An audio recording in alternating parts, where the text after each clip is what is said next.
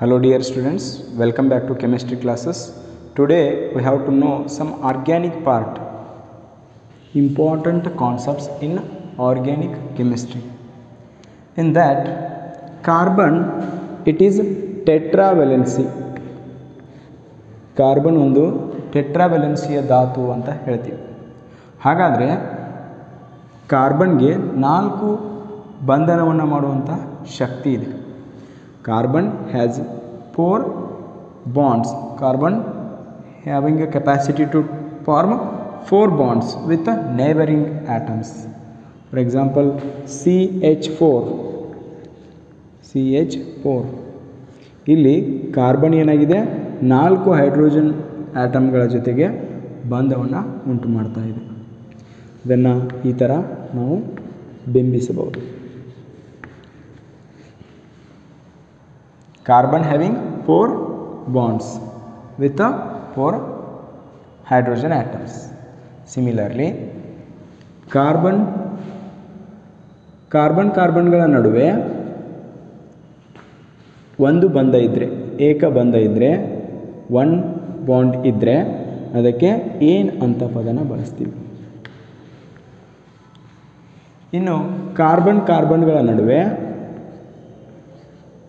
2 ಬಂಧ ಇದ್ದರೆ, 2 ಬಾಂಡ್ಸ್ ಇದ್ದರೆ ಅದಕ್ಕೆ ಏನಂತ ಬಳಸ್ತೀವಿ, ಈನ್ ಅಂತ ಬಳಸ್ತೀವಿ. ಇನ್ನು ಕಾರ್ಬನ್ಗಳ ನಡುವೆ ಟ್ರಿಪಲ್ ಬಾಂಡ್ 3 ಬಂಧಗಳಿದ್ದರೆ ಅದಕ್ಕೆ ಐನ್ ಅಂತ ಬಳಸ್ತೀವಿ. ಹಾಗಾದರೆ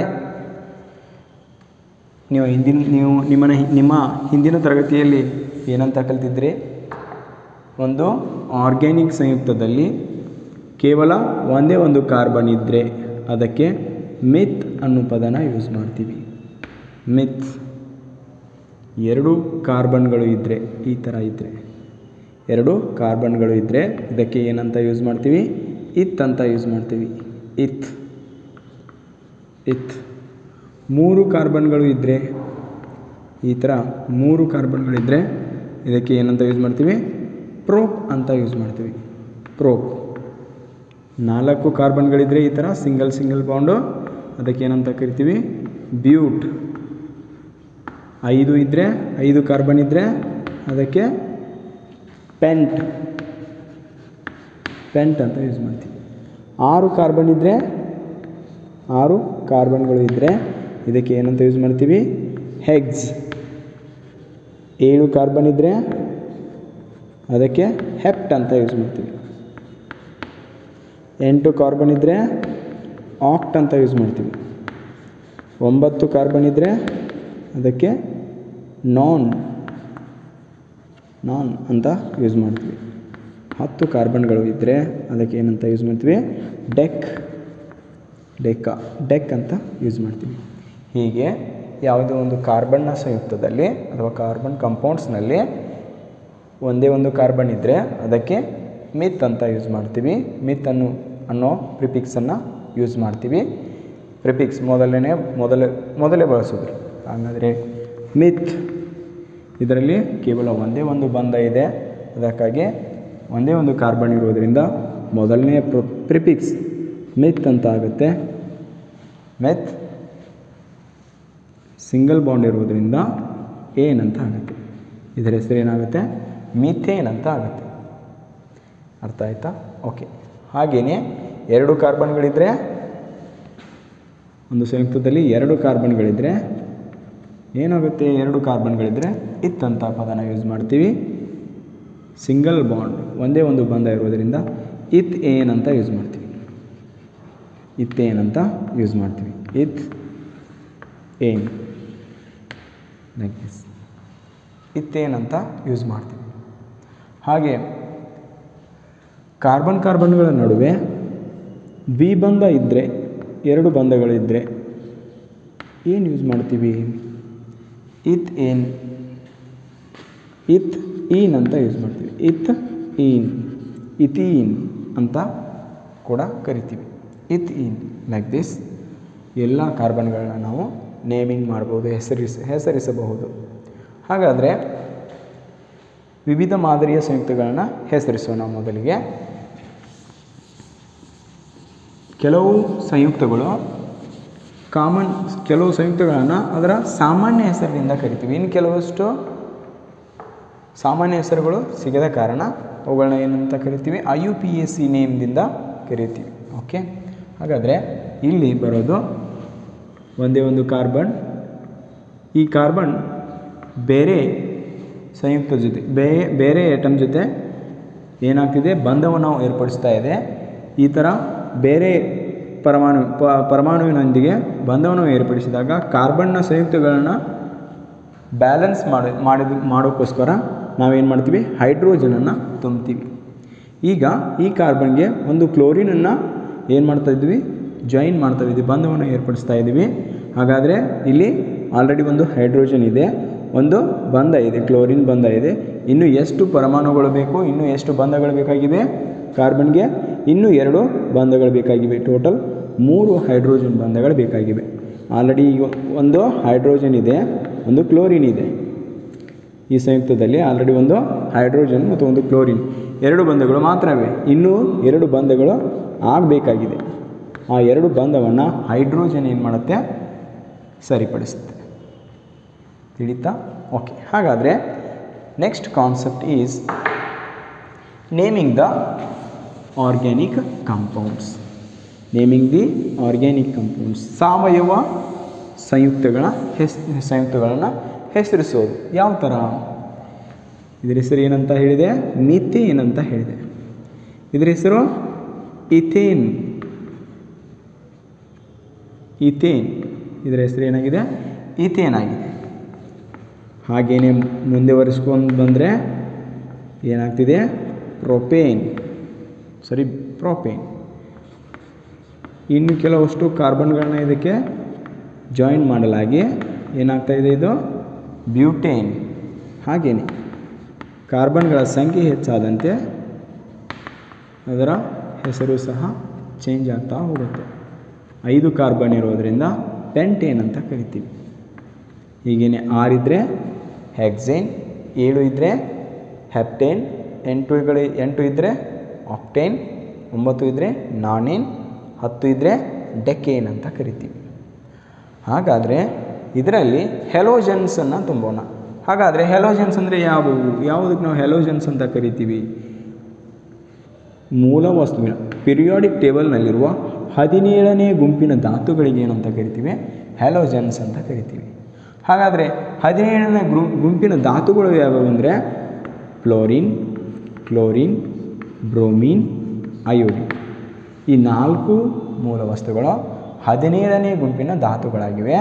ಇವುಗಳನ್ನು ನಾವು ಏನಂತ ಕರಿತೀವಿ, ಹ್ಯಾಲೋಜನ್ಸ್ ಅಂತ ಕರಿತೀವಿ. ಹ್ಯಾಲೋಜನ್ಸ್ ಸಾಮಾನ್ಯ ಹೆಸರು ಹ್ಯಾಲೋಜನ್ಸ್.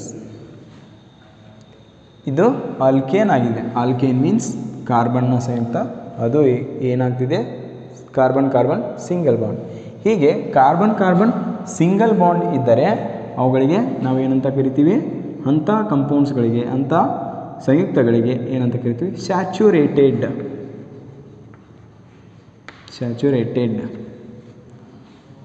ಕಂಪೌಂಡ್ಸ್ ಅಂತ ಕರಿತೀವಿ. Saturated compounds are saturated.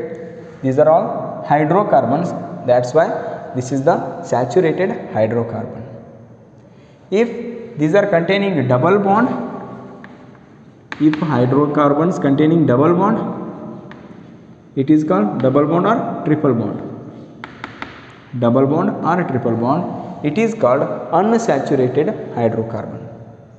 ಯಾವ ಸಂಯುಕ್ತದಲ್ಲಿ ಯಾವ ಒಂದು ಕಾರ್ಬನ್ನ ಸಂಯುಕ್ತದಲ್ಲಿ ಡಬಲ್ ಬಾಂಡ್ ಅಥವಾ ದ್ವಿಬಂಧ ಅಥವಾ ತ್ರಿಬಂಧಗಳಿವೆಯೋ ಅಂತಹ ಸಂಯುಕ್ತಗಳನ್ನ ಏನಂತ ಕರಿತೀವಿ, ಅನ್ಸ್ಯಾಚುರೇಟೆಡ್ ಹೈಡ್ರೋಕಾರ್ಬನ್ಸ್ ಅಂತ ಕರಿತೀವಿ.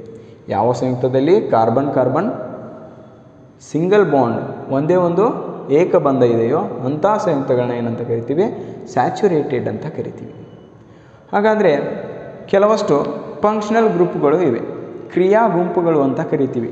ಯಾವುದೋ ಒಂದು ರಾಸಾಯನಿಕ ಕ್ರಿಯೆ ನಡೀಬೇಕಾದ್ರೆ ಆ ಕ್ರಿಯೆಗೆ ಕಾರಣೀಭೂತವಾದಂಥ ಗುಂಪು, ಅದನ್ನು ಏನಂತ ಕರಿತೀವಿ, ಫಂಕ್ಷನಲ್ ಗ್ರೂಪ್ ಅಂತ ಕರಿತೀವಿ. ಏನಂತ ಕರಿತೀವಿ, ಫಂಕ್ಷನಲ್ ಗ್ರೂಪ್.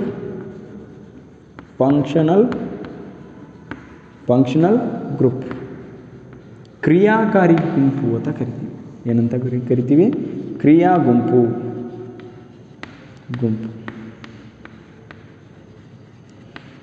ಈ ಕ್ರಿಯಾ ಗುಂಪು ಏನು ಮಾಡುತ್ತೆ ಅಂದರೆ ರಾಸಾಯನಿಕ ಕ್ರಿಯೆಗಳನ್ನು ಜರುಗಿಸುತ್ತೆ. ಅಂತಹ ಗುಂಪುಗಳನ್ನು ಏನಂತ ಕರಿತೀವಿ? ಕ್ರಿಯಾ ಗುಂಪುಗಳಂತ ಕರಿತೀವಿ. ಹಾಗಾದರೆ ಯಾವ ಕ್ರಿಯಾ ಗುಂಪುಗಳಿವೆ? ಒಂದು ಆಲ್ಕೋಹಾಲ್. ಇದರ ಹೆಸರೇನು? Alcohol.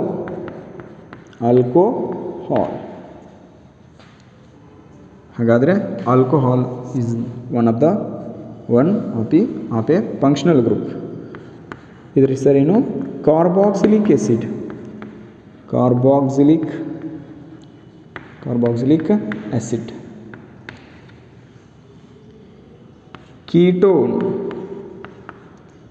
Anything that is a alkyl group or aryl group. ಹಾಗಾದರೆ ಅರೈಲ್ ಗ್ರೂಪ್ ಅಂದರೆ ಏನು? ಅರೈಲ್ ಗ್ರೂಪ್ ಅಂದರೆ ಯಾವ ಗ್ರೂಪ್ನಲ್ಲಿ ಬೆಂಜಿನ್ ರಿಂಗ್ ಇದೆಯೋ ಅಂತಹ ಗ್ರೂಪನ್ನು ಏನಂತ ಕರಿತೀವಿ? ಅರೈಲ್ ಗ್ರೂಪ್ ಅಂತ ಕರಿತೀವಿ. Okay, alkyl group or aryl group. Alkyl group ಅಂದರೆ ಅದು ಬೆಂಜಿನ್ ರಿಂಗನ್ನು ಹೊಂದಿರಲ್ಲ ಅಂಥವಕ್ಕೆ ಏನಂತ ಕರಿತೀವಿ? ಆಲ್ಕೈಲ್ ಗ್ರೂಪ್ ಅಂತ ಕರಿತೀವಿ. ಹಾಗಾದರೆ ಇದಕ್ಕೆ ಕೀಟೋನ್ ಅಂತ ಕರಿತೀವಿ. ಏನಂತ ಕರಿತೀವಿ? ಕೀಟೋನ್. ಹಾಗಾದರೆ ಇದಕ್ಕೆ ಥಯೋಲ್ ಅಂತ ಕರಿತೀವಿ. ಥಯೋಲ್. ಹಾಗೆಯೇ ಮುಂದುವರಿಸ್ತಾ ಬಂದರೆ ಆಲ್ಡಿಹೈಡ್. ಇದನ್ನು ಏನಂತ ಕರಿತೀವಿ? ಆಲ್ಡಿಹೈಡ್ ಗ್ರೂಪ್ ಅಂತ ಕರಿತೀವಿ. Aldehyde group. ಇದು ಒಂದು ಫಂಕ್ಷನಲ್ ಗ್ರೂಪ್ನೇ, ಕ್ರಿಯಾ ಗುಂಪನ್ನೇ. ಇದು ರಾಸಾಯನಿಕ ಕ್ರಿಯೆಗಳನ್ನ ಜರುಗಿಸಲು ಸಹಾಯ ಮಾಡ್ತೀವಿ. ಇವೆಲ್ಲ ಏನ್ರಿ? ರಾಸಾಯನಿಕ ಕ್ರಿಯೆಯನ್ನು ಜರುಗಿಸಲು ಸಹಾಯ ಮಾಡುವಂಥ ಗ್ರೂಪ್ಗಳು ಅಂತ. ಅದಕ್ಕೆ ಏನಂತ ಕರಿತೀವಿ? Functional group.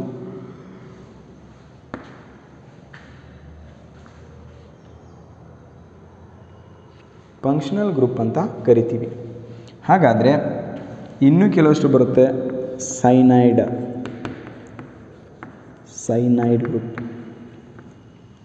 Group. Bromide, chloride, iodide, ಈ ಥರ ಕ್ರಿಯಾಕಾರಿ ಗ್ರೂಪುಗಳಿವೆ. ಹಾಗೆಯೇ ಯಾವುದು ಹೇಳಬೇಕು ಈಗ?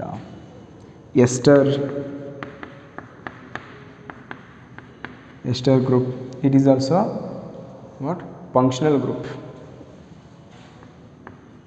R, not H. These are ester group. These are all what? Functional group. These makes the reaction forward. Okay, ಇವು functional group. ಹಾಗಾದರೆ with the help of this functional group we have to name the compounds. ಈಗ ಆಲ್ಕೇನ್ಸ್ಗಳನ್ನು ತಗೋಣ. For example ಈಥೇನನ್ನು ತಗೋಣ. ಈಥೇನ್ನಲ್ಲಿರುವ ಒಂದು ಹೈಡ್ರೋಜನನ್ನು ತೆಗೆದುಹಾಕಿ ಅದರಲ್ಲಿ ಏನು ಮಾಡ್ತಾ ಇದ್ದೀನಿ ನಾನು? ಈಗ ಆಲ್ಕೋಹಾಲನ್ನು ಫಿಕ್ಸ್ ಮಾಡ್ತಾ ಇದ್ದೀನಿ. ಹಾಗಾದರೆ ಇದ್ರ ಹೆಸರೇನು? Ethanol or ethyl alcohol. See here, if carbon having 4 hydrogen, in order to remove one hydrogen, its name is methyl. If ethane having CH3, you have to remove one hydrogen here, it is called ethyl. Like this. If carbon having less number of hydrogen, it is called ethyl. We use the word ethyl, methyl, like that. Methyl, this is the alcoholic group, methyl alcohol. It is a alcoholic group, it is called ethyl alcohol. If it is a carbon number 3 carbons are there. For this, it is a propyl alcohol. If it is having a 4 butyl, 5 pentyl, 8 octyl, nonyl, decyl, like that alcohols are named. Haloalkanes, those are in the straight chain or in the branched chain. ಸರಳ ಸರಪಳಿಯಲ್ಲಿ ಇಲ್ಲ ಅಂದರೆ ಶಾಖೆಗಳ ರೂಪದಲ್ಲಿ ಹೈಡ್ರೋಕಾರ್ಬನ್ಸನ್ನು ಕಾಣ್ತೀವಿ. ಹಾಗಾದರೆ ಯಾವ ಥರ ಸರಳ ರೂಪದಲ್ಲಿ ಅಂತ ನೋಡೋಣ. For example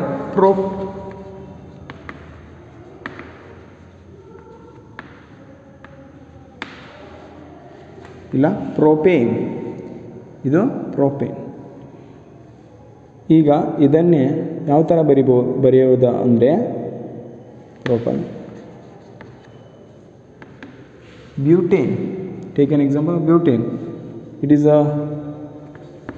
if it is a branched chain, it is here use the word iso. If it is a branched, it is a iso. If it is in the straight chain, N-butane. If it is in the straight chain, it is the N-butane. If it is in the branched chain, it is isobutane. If it is in the branched chain, it is called isobutane. If it having a 5 carbon atoms,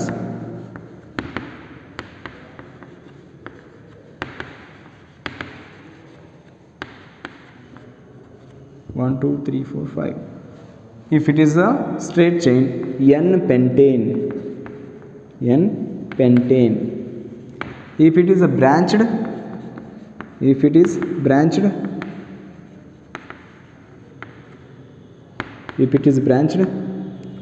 is called isopentane. What it is? Isopentane. The same thing is some more branches.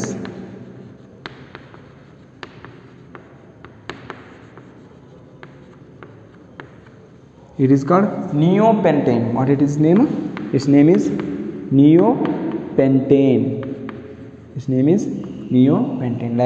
Like that we have to name. Got it? If it is a straight chain, we call it is a N-butane. If it is a branched, it is called isobutane. If it is a straight chain in the pentane, it is N-pentane. If it is a branched, isopentane. If it is a some more branches, we know it is a neopentane. Like that we have to name the organic compounds. In the same alkane means CH3, CH2 means single bond. Here also single bond. For this we use the carboxylic acid group. We use the what? Carboxylic acid group. It is the carboxylic acid. At the end of the name, we have to add oic acid. Oic acid, we have to use the suffix. Means oic with proof. Propanoic acid. Prop. Isn't it? N is there. If we have to remove one hydrogen and add one carboxylic acid, then 1, 2, 3, 4. Then its name is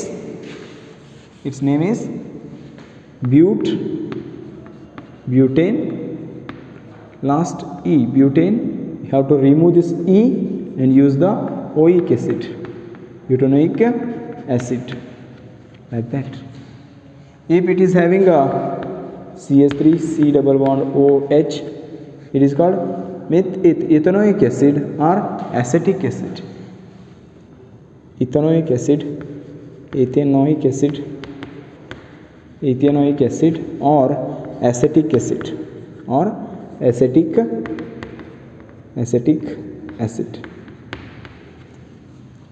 Here what happens?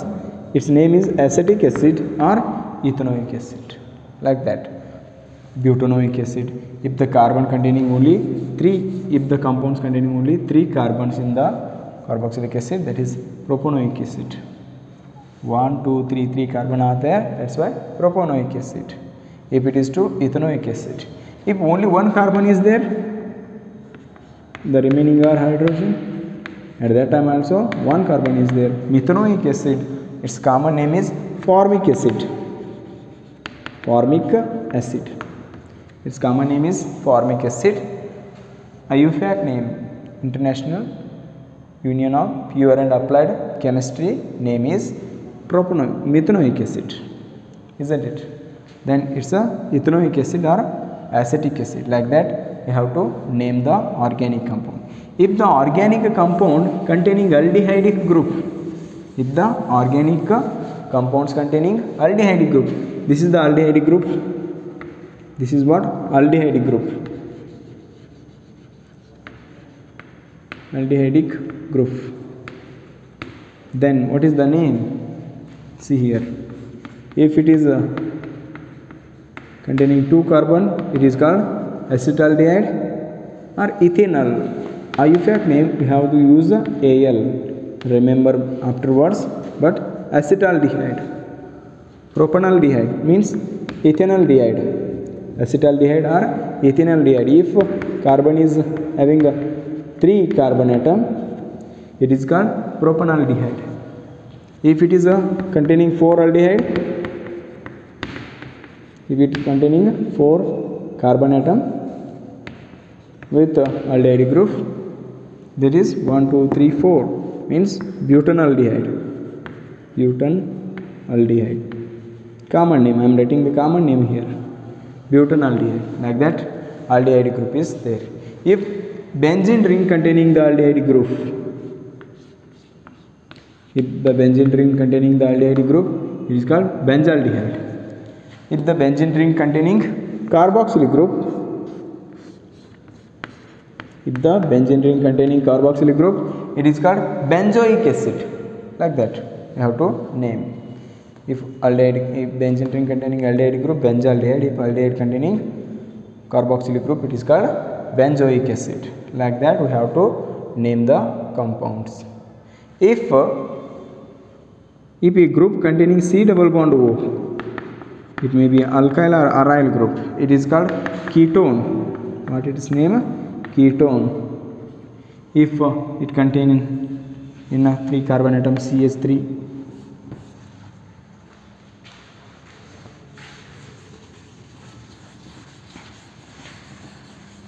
if it contains CH3, CH2, sorry, C double bond O, CH3, its name is acetone.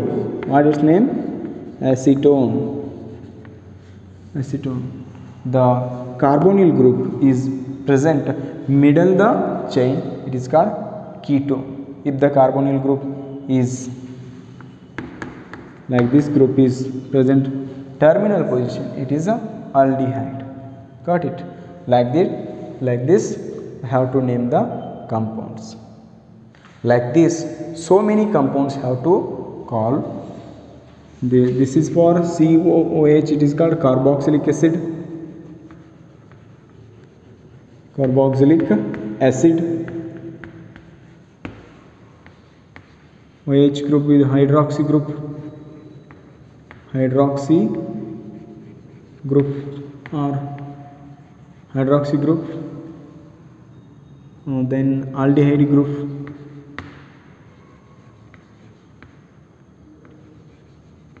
aldehydic group, C double bond O, this is ketonic group, ketonic group. Then SH group, it is a thiol group, thiol. Then cyanide or nitrile,